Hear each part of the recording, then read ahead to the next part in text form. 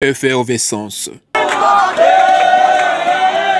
Bien qu'à transit en ville de Goma, ce dimanche 14 avril 2024, le 2 tickets gagnants de l'Union sacrée de la nation au poste de gouverneur et vice-gouverneur de la province du Sud Kivu viennent d'être accueillis par leur père de la coordination provinciale du Nord Kivu, l'aéroport international de Goma, en effervescence et submergé par les membres de deux partis engagés à la course au gouvernorat provincial du Sud Kivu, notamment l'AFDC pour le poste de gouverneur de province et l'UDPS pour celui de vice-gouverneur. Nous sommes venus ici en transit, destination bien entendu Bukavu. Ici c'est un transit pour accompagner le ticket gagnant de l'Union sacrée. Les deux Jean-Jacques, candidat gouverneur, Jean-Jacques Elakano, candidat vice-gouverneur. Vous me voyez, c'est le ticket de l'Union sacrée. Ici, l'UDPS.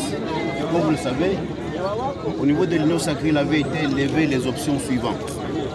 Que celui qui a eu, au regard des résultats publiés par la CENI, que celui qui a eu plus de députés provinciaux prenait le poste de gouverneur et que celui qui suivait prenait le poste de président de l'Assemblée provinciale et le suivant prendrait le poste de vice-gouverneur.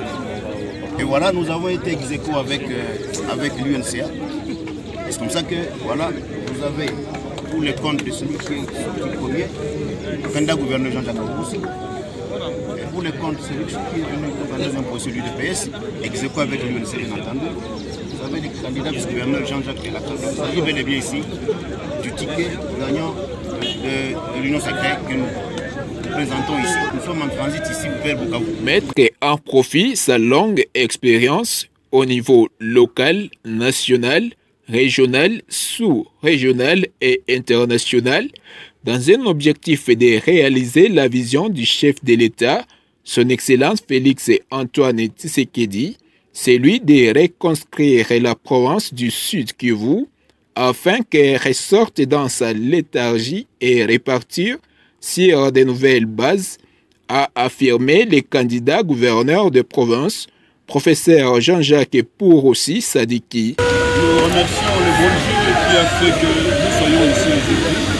Remercier aussi le président de la République, chef de l'État, son Excellence Félix Antoine Tshisekedi, qui a jeté son dévolu sur nous, sur d'autres personnes, mais aussi mon colistier, maître Jean-Jacques Elakano. Nous sommes venus avec des objectifs concrets, c'est de réaliser la vision du chef de l'État qui mine sur 6 piliers spécifiques qui visent à reconstruire la province, à faire en sorte que la province du Sud Kivu puisse sortir de sa léthargie et repartir sur de nouvelles bases. Nous n'allons pas parler beaucoup aujourd'hui parce que la campagne n'a pas vraiment démarré. Je crois qu'en ce moment nous pouvons nous arrêter là, mais nous sommes venus déterminés, mettre à profit notre longue expérience au niveau local, national, sous-régional et international pour que les choses soient ce qu'elles étaient, pour qu'on puisse repartir, faire redémarrer notre province sur de nouvelles bases. Merci. Choix salutaire, profil répondant aux besoins de la province du Sud Kivu, dit M. Amani Chetembo, président fédéral adjoint de l'Alliance des forces démocratiques du Congo, AFDC, au Nord Kivu. Nous avons tenu compte du profil, également de l'expertise de différents candidats pour gérer la province.